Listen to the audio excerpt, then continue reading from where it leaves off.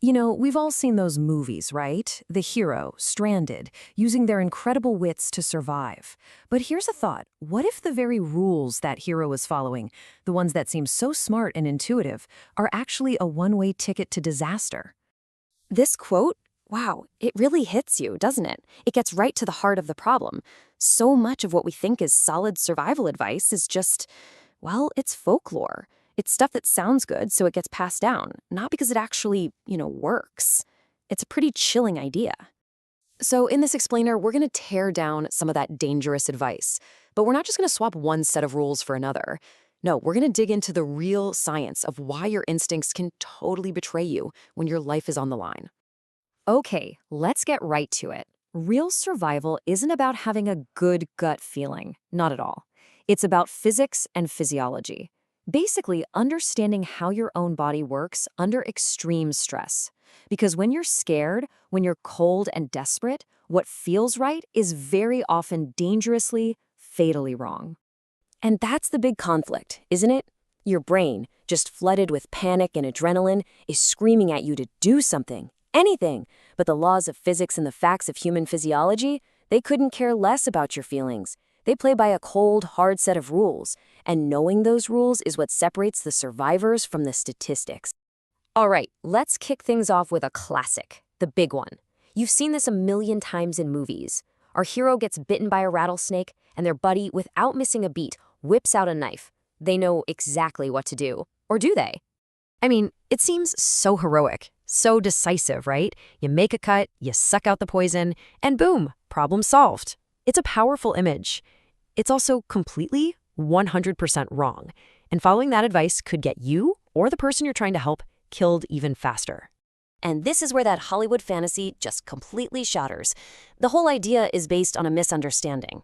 See, snake venom isn't like a bee stinger just sitting in a little pocket of flesh waiting for you to suck it out.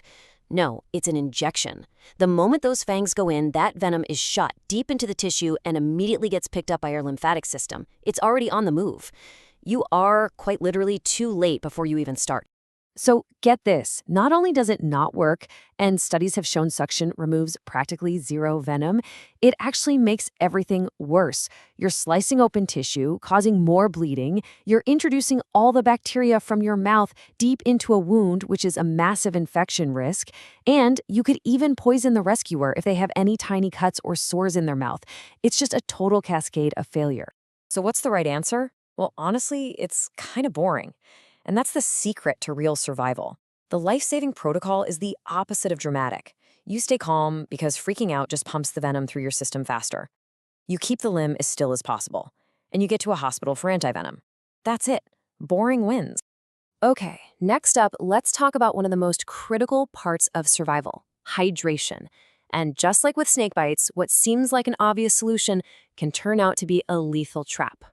I know it's gross, but we have to talk about it because this myth just refuses to die. It sounds so extreme, so hardcore that it must be true, right? When you are absolutely dying of thirst, any liquid starts to look like a good idea. But trust me, this is a biological trap. The desperate logic is, hey, it's liquid, it came from me, it must be okay. But the physiological reality is a nightmare. See, urine is your body's waste products dissolved in water. By drinking it, you're forcing your already stressed kidneys to filter out the exact same toxins all over again. And to do that, your body has to use up even more of its precious water reserves. You end up losing more water than you gain. It actually makes you dehydrate faster. All right, here's another one that just seems so logical it has to be true. You're in a cold environment surrounded by miles of frozen water. Why wouldn't you just eat it? Well, the problem isn't what snow is made of. The problem is what your body has to do to it. It all boils down to simple thermodynamics. Your body is like a furnace, working hard to stay at a stable 98.6 degrees. When you dump a bunch of frozen snow into your stomach, you force that furnace to burn precious energy and calories just to melt it down to body temperature. This can actually lower your core temperature, waste vital energy, and push you straight into hypothermia. You're trading a hydration problem for an even deadlier cold problem. So you have to wonder, right? If these rules are so obviously bad for you, why are they everywhere? Why do they stick around? Well, it's not because we're dumb. It's because these myths are psychologically brilliant. especially when we're absolutely terrified. And that's the hook. Bad advice often feels like doing something. Sucking a snake bite or eating snow feels proactive and decisive. It takes that paralyzing fear and turns it into action. And here's the insidious part. The damage they cause, like infection or a slow drop in body temp, is a quiet leak. By the time you're in real trouble, the cause seems far away. That's how these myths manage to survive longer than the poor folks who follow them. So what does all this mean? What's the big takeaway? If all the common rules are wrong, what's right? Well, the answer isn't just a new, better list of rules to memorize. It's a fundamental shift in your entire mindset, from frantic action to calm, careful analysis. This really says it all. The Hollywood survival myth is all about instinct, speed, and immediate action. But real survival? It's about restraint, patience, and analysis. It's about resisting that powerful urge to just start walking when you're lost. It's about taking the time to build a fire and melt the snow instead of eating it. It's about fighting your panicked instincts with cold, hard logic. So, in the end, it really comes down to this choice. The Hollywood script feels good. It's simple, it's active, it's heroic. But the science is what actually works. The real survivor isn't the person who knows the most tricks, but the one who can force themselves to stop, to think, and to choose the boring, patient, and scientifically correct path that leads them home. So, what will you choose?